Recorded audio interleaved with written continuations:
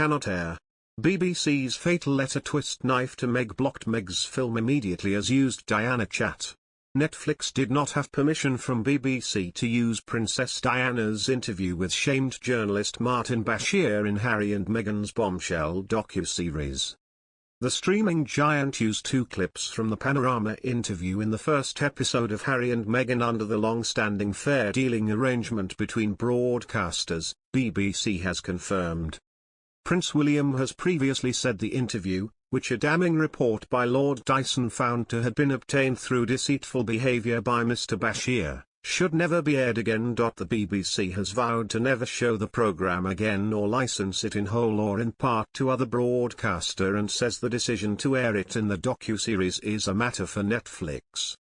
Netflix never approached the broadcaster for the footage, a BBC insider told Mail Online on Friday night, one day after the Sussexes docuseries made its global debut. As we have said before, the BBC will never show the programme again, nor will we license it in whole or in part to other broadcasters. The decision to show the interview is a matter for Netflix, a spokesperson said. However, firm insiders told The Telegraph that managers were mystified as to how the streaming giant got hold of the unlicensed footage to begin with. The managers claim that to their knowledge, BBC was never approached by Netflix.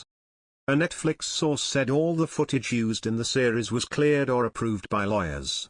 All material in the series has either been cleared or approved for use by UK/US legal counsel under fair dealing/fair use copyright exceptions, the source claimed.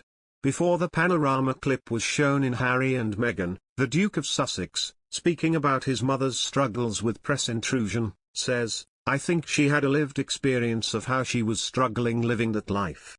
She felt compelled to talk about it. Especially in that Panorama interview. I think we all now know that she was deceived into giving the interview.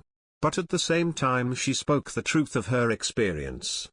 In the snippet from the interview used in the Netflix episode, Diana is shown saying, "I still to this day find the interest daunting and phenomenal. Because I actually don't like being the center of attention. When I have my public duties, I understand when I get out the car I'm being photographed. But actually, it's now when I go out of my door, my front door, I'm being photographed. I never know where a lens is going to be." Prince William had demanded a boycott of Panorama after a damning report by Lord Dyson last year found that the corporation had covered up Mr Bashir's deceit in obtaining the interview and had fallen short of high standards of integrity and transparency.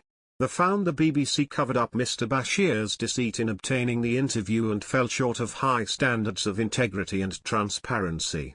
The journalist was in serious breach of the BBC's producer guidelines when he faked bank statements and showed them to Earl Spencer, Diana's brother, to gain access to Diana in 1995, the report said.